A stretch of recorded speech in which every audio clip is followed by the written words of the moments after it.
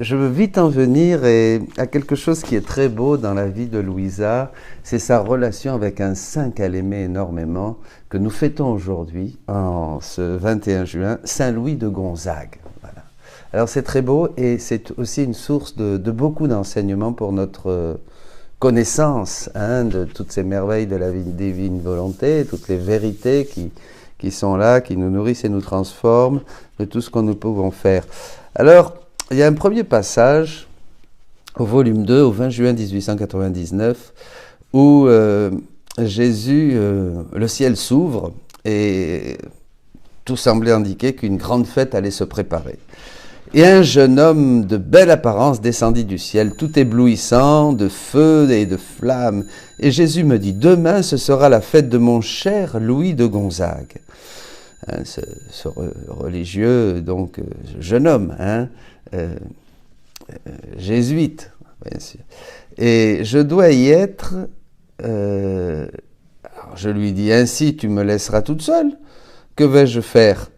Il reprit, tu viendras aussi. Regarde comme Louis est beau. Mais ce qu'il y a de plus grand en lui, ce qui l'a distingué sur la terre, c'est l'amour avec lequel il faisait tout. Tout en lui était amour. L'amour l'habitait intérieurement et l'entourait extérieurement, de sorte qu'on peut dire qu'il respirait l'amour. C'est pourquoi on disait qu'il n'avait jamais de distraction, car l'amour l'inondait de partout et l'inondera éternellement comme tu peux le voir. En effet, l'amour de Saint Louis me semble tellement grand, là c'est Louisa qui parle, que son feu pourrait réduire en cendres le monde entier. Jésus ajouta, « Je me promène au-dessus des plus hautes montagnes, et là je me délecte. » Comme je ne comprenais pas le sens de ces paroles, il poursuivit. « Les plus hautes montagnes sont les saints qui m'ont le plus aimé, et en qui je fais mes délices, à la fois durant leur séjour sur la terre et lorsqu'ils sont au ciel. Tout est dans l'amour. » Nous pourrons voir tous les saints qui n'ont pas vécu dans la divine volonté, mais qui ont aimé Jésus. Je pense à Saint Louis de Gonzague, bien sûr, mais à la petite Thérèse, à Thérèse d'Avila, à Saint François d'Assise, au Padre Pio. Tous ces saints qui nous ont accompagnés, pardon pour tous ceux que je ne nomme pas, ont été vraiment pour Jésus des lieux de délectation, parce qu'ils faisaient tout par amour. Donc, retenons déjà ça, cette tellement important dans la spiritualité de la rédemption, de tout faire par amour pour Jésus. De tout faire. Et il le reprend, il le dit Jésus dans le livre, dans les 10 premiers volumes, que l'important est de faire tout par amour pour lui. Bon. Maintenant, on va sauter au livre 19. Donc, vous voyez, déjà cette relation avec Saint Louis de Gonzague, qui est importante. Alors, Jésus... Ce matin, ayant fait ma communion habituelle dans la très sainte volonté de Dieu, je l'offris à mon cher Louis, et non seulement ma communion, mais aussi tous les biens qu'elle contient pour une gloire accidentelle. Cela faisant, je vis que tous les biens de la suprême volonté, tels des rayons de lumière de beauté et de couleurs différentes, inondaient le cher saint, lui conférant une gloire infinie. Alors mon doux Jésus, bougeant en moi, me dit... On retrouvera ça à la fin où on verra comment Louisa a fait la même chose pour une âme du purgatoire, un père, un confesseur décédé. Et vous verrez que c'est la même chose. Et c'est très intéressant, mes amis, pour notre pratique et notre relation avec les saints que nous aimons. Nous allons voir. Donc là, elle offre la très sainte communion avec tout ce qu'elle contient à son cher Louis de Gonzague. Et elle voit ces effets que cela a en inondant, ça inonde de couleurs différentes, des rayons de lumière et de beauté, son cher ami Louis de Gonzague, en lui donnant une gloire extraordinaire.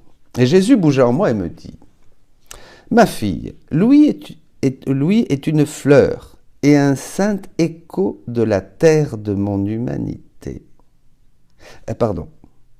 Ma fille, Louis est une fleur et un saint éclos de la terre de mon humanité. Retenez bien ça, de la terre de mon humanité.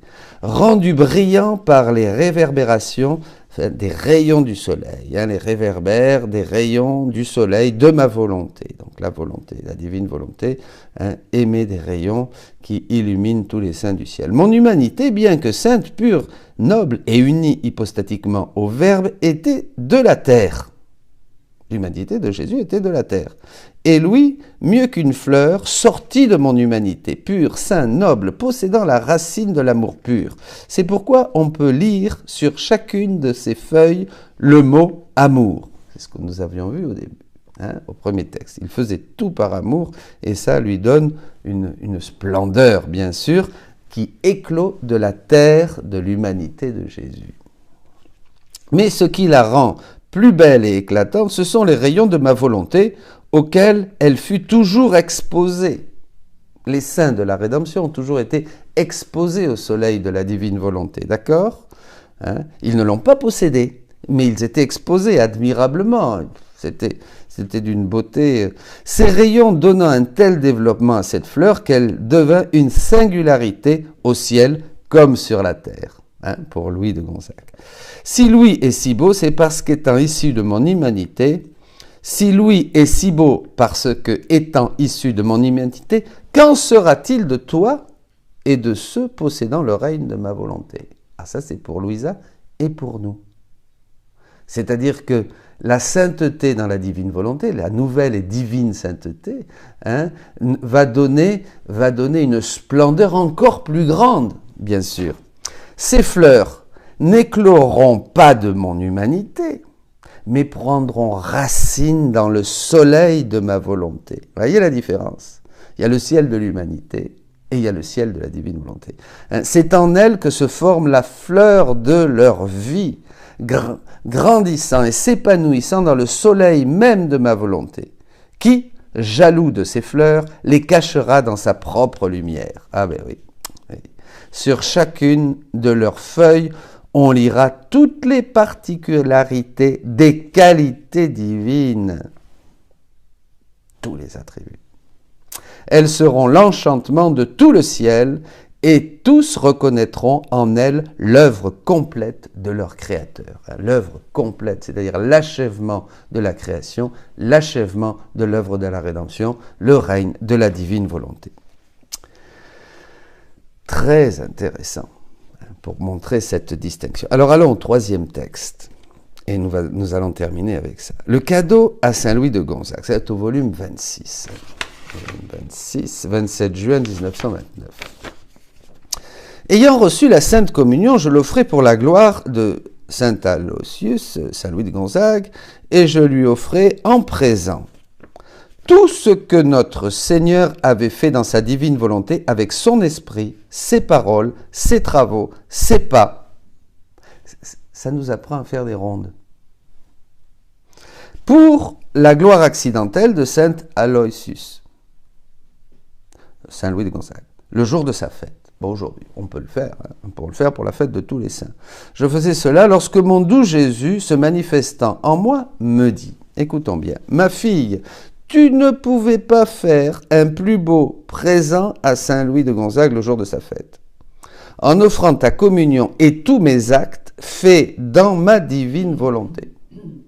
Autant de soleils ont été formés que d'actes que j'ai accomplis lorsque j'étais sur la terre.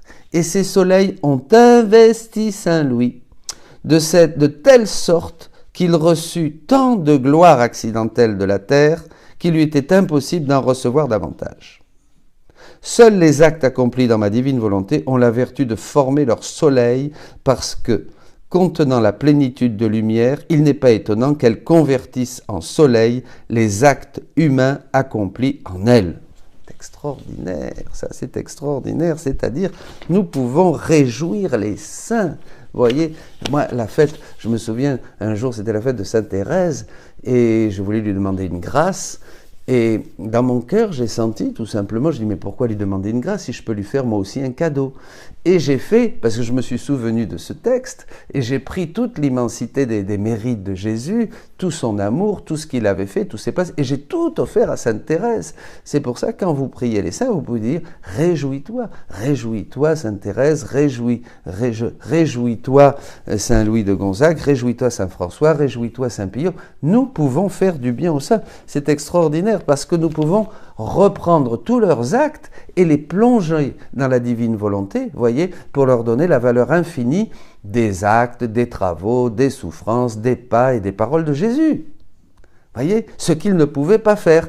Et je vous dirais que les saints au ciel attendent que vous, dans la divine volonté, vous fassiez ces actes. Un commentateur dit qu'ils ont notre icône à chacun, ils ont votre photo à chacun. Là, il dit, parce que vous êtes dans la divine volonté, il dit, et puis ils sont là en train de vous prier, de prier au pourvu qu'ils fassent encore un acte dans la divine volonté, encore un acte dans la divine volonté, parce qu'il n'y a rien qui les réjouit davantage, bien sûr. Ah ben, c'est pas nos sacrifices humains mélangés de plein d'orgueil et tout ça, c'est surtout ça. Alors ça me fait penser à quelque chose, parce que si on parle des saints, il faut aussi parler de toutes ces âmes qui sont en chemin encore et qui sont au purgatoire. Et c'est la même chose, on le lit souvent. Alors que Louisa se trouvait hors de son corps, un de ses confesseurs décédés lui dit « Une fois, tu as fait une belle intercession pour moi. Si tu savais le bien que tu m'as fait, le rafraîchissement que j'ai senti, les saints qui sont au ciel, ça leur donne une gloire accidentelle et une joie qui se multiplie, se trouve enveloppée, et ceux qui sont au purgatoire, ça les rafraîchit, et ils sont remplis aussi de joie. Un rafraîchissement que j'ai senti, et les années que tu m'as enlevées. C'est intéressant ça quand même. Combien. C'est vrai que Saint François de Sales disait que la charité, la première charité pour le prochain, eh bien, c'est la prière pour les âmes du purgatoire, parce que ce sont ceux qui ont le plus besoin de tout. Elles sont en prison, elles ont faim, elles ont soif, elles sont nues, et Saint François de Sales disait que c'était vraiment la charité, la grande charité. Tu t'es plongé dans la divine volonté, écoutez bien pour votre ronde, et tu as pris sa puissance, l'immensité de son amour, et tu les as versés sur moi. Faites ça pour vos amis qui vous précèdent dans le ciel et vos parents. Je fus alors plongé dans le bain d'amour de l'être suprême, dans le bain de sa beauté, dans celui du sang de Jésus et dans celui de toutes les qualités divines. Qui pourrait dire le bien qui s'ensuivit pour moi? Refais-la pour moi. Tome 12, 14 mars 1919. Donc, voyez, que ça soit pour Saint Louis de Gonzague, pour nos amis les saints que nous aimons, ou pour ceux que nous aimons et qui sont au purgatoire, ou pour toutes les âmes du purgatoire et pour tous les saints. Qu'est-ce qu'il faut faire? La vie dans la divine volonté, ce ne sont pas des dévotions, ce ne sont pas des prières, ce sont des actes.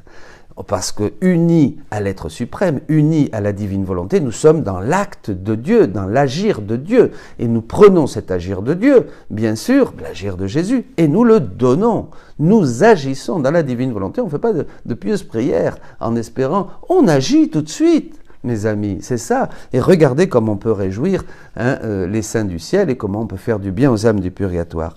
Ben voilà. Et ben terminons avec cette belle prière que vous trouvez dans le petit livret que vous pouvez télécharger. Plongeons-nous et faisons ça pour Saint Louis de Gonzague, pour tous nos amis les saints et pour toutes les âmes qui sont encore en pèlerinage. Seigneur, je m'immerge dans ta divine volonté et je prends ta puissance, l'immensité de ton amour, la valeur immense des souffrances du Fils de Dieu et toutes les qualités divines, et je les verse sur toutes les âmes du purgatoire, peut-être une ou l'autre que vous aimez particulièrement, et je les donne aussi à tous les saints du ciel, que ces âmes soient plongées dans un bain d'amour issu de la puissance divine, un bain de sa beauté, un bain du sang de Jésus et un bain de toutes les qualités divines. Amen. Amen, Amen, Alléluia.